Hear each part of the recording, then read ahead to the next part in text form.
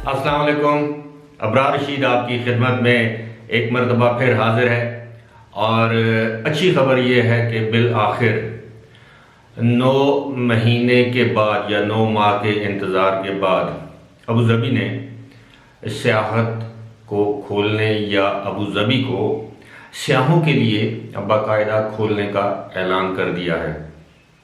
और ये अच्छी बात है। इससे पहले बताया गया था कि अब अबू धाबी में जो यूएई के अंदर रियासतें हैं वहाँ के अफराद भी आ जा सकते हैं, लेकिन इसके लिए कुछ शराइत अब भी आयद हैं, कुछ पाबंदियाँ नरम की गई हैं। इस हवाले से मैं तफसीलन आपको बताने की कोशिश करूँगा, लेकिन उससे पहले मेरी आपसे रिक्वेस्ट है कि अगर अभी तक आपने मेरे चैनल को सब्सक्राइब नहीं किया तो इसे सब्सक्राइब कर लें और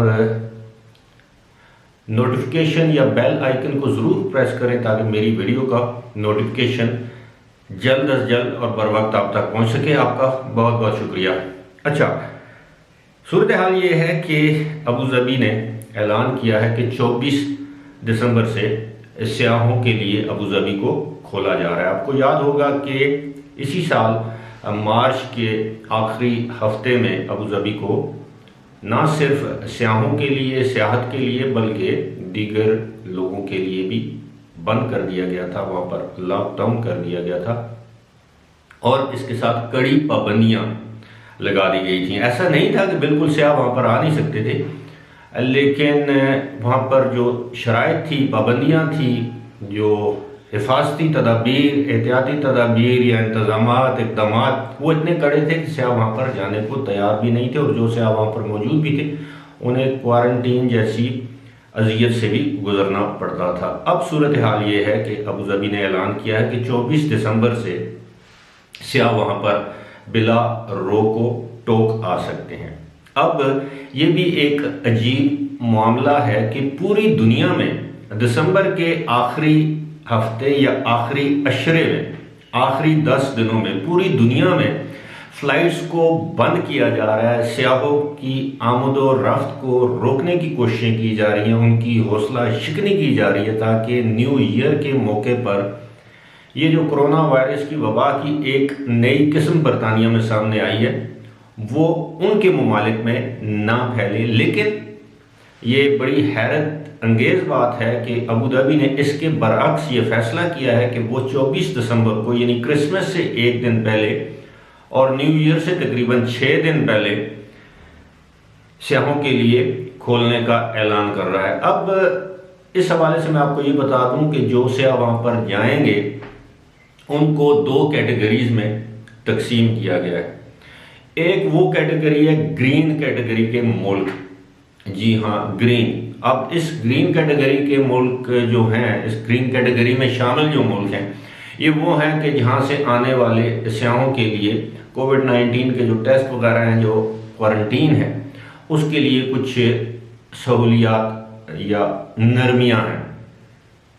बहरहाल अगर आपने अबू धाबी जाना है तो आपको, अगर आपके पास वहाँ का विजिट या टूरिस्ट वीज़ा है तो आपको कोविड-19 टेस्ट करवाना पड़ेगा कम से कम 96 घंटे पहले। दूसरा टेस्ट जब आप अबू धाबी के एयरपोर्ट पर पहुंचेंगे आपको वहां पर करवाना पड़ेगा। अब ये बात सुनने वाली है, अगर आपका शुमार ग्रीन कंट्री से आने वालों में होता है और ग्रीन कंट्रीज की फहरिस्त तवील है, वो आप देख सकते हैं। बहरहाल मैं मुख्तसर बता देता हूँ, उसमें अमेरिका है, ऑस्ट्रेलिया है, न्यूजीलैंड है, कनाडा है और मेरा ख्याल है बरतानिया भी है।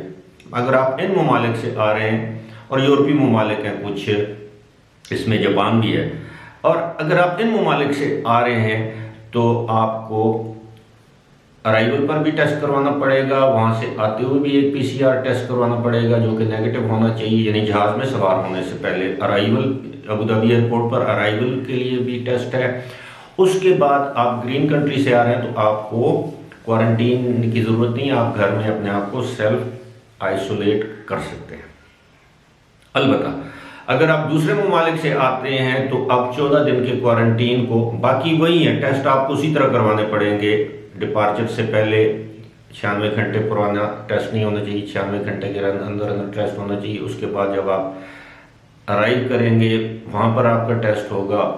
अगर आपने 6 दिन से ज़्यादा आपका क़याम है तो छठे दिन आपका ये क्वारंटीन का पीरियड है 10 दिन का, ठीक है जी। छठे दिन आपका कोविड-19 का टेस्ट होगा, ये तमाम ममालिक के लोगों के लिए। और अगर आपका क़याम 12 दिन का है तो आपका 12वें दिन फिर टेस्ट होगा कोविड-19 का, और ये टेस्ट जब नेगेटिव आ जाएंगे तो आपको कहीं भी जाने की इजाज़त है। यानी दर हकीकत जब आप अपने मुल्क से चलेंगे तो वहाँ से लेकर अगर आपका क़याम 12-14 दिन का है तो आपको 4 टेस्ट करवाने पड़ेंगे, पीसीआर टेस्ट। और अगर आपका क़याम 12 दिन से कम है तो आपको 3 टेस्ट करवाने पड़ेंगे। ये तो सूरत हाल होगी। बाकी जो वहाँ की जो पाबंदियाँ हैं, जो समाजी फासले वगैरह, हजूम में ना जाना और इस तरह क्राउडेड प्लेसेस वगैरह की जो पाबंदियाँ हैं, वो तो आपको ऑब्जर्व करना पड़ेंगी। अब आ जाते हैं उन लोगों की जानब जिन लोगों को जो कि विद इन यूएई रहते हैं और जो यूएई से के मुख्तलिफ मकामात से अबू धाबी जाना चाहते हैं, और उनके ऊपर पहले पाबंदियाँ थी। अब सूरत हाल ये है कि वो पाबंदियाँ तो अपनी जगह बरकरार रहेंगी, लेकिन जो टेस्ट जो डीपीआई टेस्ट है, अब उसमें ये सहूलत दी गई है कि अब वो टेस्ट पहले 48 घंटे से ज़्यादा पुराना नहीं होना चाहिए था, अब उसको 72 घंटे कर दिया गया है। और बाकी जितने भी मामलात हैं वो उसी तरह हैं जो कि तू हैं, यानी वही। अगर आपने 6 दिन क़याम करना है, 6 दिन से ज़्यादा, तो छठे दिन आपको फिर टेस्ट करवाना पड़ेगा अबू धाबी में, अगर आप दुबई, शारजा वगैरह से जा रहे हैं। इसी तरह अलहैन के रास्ते जा रहे हैं। तो ये मैं समझता हूँ एक काफ़ी ज़्यादा, जैसे कहते हैं ना, कन्फ्यूजन पर मबनी इनकी पॉलिसीज़ है। आम लोगों को इतने लवाजमात, जो लोग टूरिस्ट हैं, इसीलिए मैं इन मौज़ूआत पर अपनी वीडियो करने की कोशिश करता हूँ कि लोगों को आगाही हो। आप यकीन करें कि ये सारे इनके कानून वगैरह पढ़कर मैं खुद कन्फ्यूजन का शिकार हो जाता हूँ। बहरहाल दूसरी जानब हम देखते हैं तो पूरी दुनिया में कोविड-19 लोगों का मेल जोल ख़त्म हो के रह चुका है। दुनिया में आप ये समझें कि न्यू ईयर के मौके पर जो ओवर बुक्ड फ्लाइट होती थी, वो लोग जो इस वक्त पाकिस्तान से यूएई जा रहे हैं, यूएई से पाकिस्तान आ रहे हैं, आधे से भी ज़्यादा खाली फ़्लाइट्स हैं। आप यकीन करें कि आप ये समझ लें कि 30-35% मुसाफिर जहाज़ों में सवार हो रहे हैं, वो भी बअम्र मजबूरी, जिनकी कोई मजबूरी है इसलिए वो सफ़र कर रहे हैं। और मैं हैरान हूँ कि इस वक्त यूएई में ख़ास तौर पर अबू धाबी ने, जिसने बहुत ज़्यादा हिफाजती इक़दाम किए, हिफाजती तदाबीर इख्तियार की, और अब वो उनका ये कहना है कि नहीं, दे आर ओके, और अब हम अबू धाबी को खोल रहे हैं। अगर ये 15 दिन 20 दिन मज़ीद इंतज़ार कर लेते, यानी 24 की जगह, स्याहों की मैं बात कर रहा हूँ, अपने मुल्क की शहरियों के लिए आप खोल दें, उनसे आपको कोई ख़तरा नहीं है, उनका इतना ज़्यादा मेल जोल नहीं होता। ये जो बाहर से लोग आते हैं, वबा उनके साथ आ सकती है। इसलिए मेरा ज़ाती ख्याल ये था कि शायद ये 5 या 10 जनवरी तक स्याहों के लिए इसे खोला जाएगा, लेकिन चूँकि दुबई ने 7 जुलाई को स्याहों के लिए अपने आप को खोला था, तो इन्होंने तकरीबन 6 महीने 5.5 महीने इंतज़ार किया।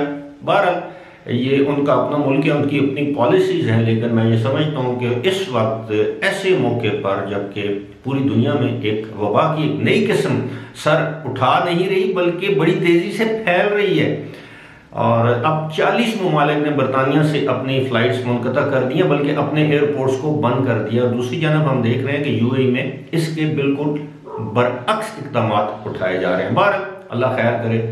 मुझे दीजिए इजाज़त। खुदा हाफ़िज़।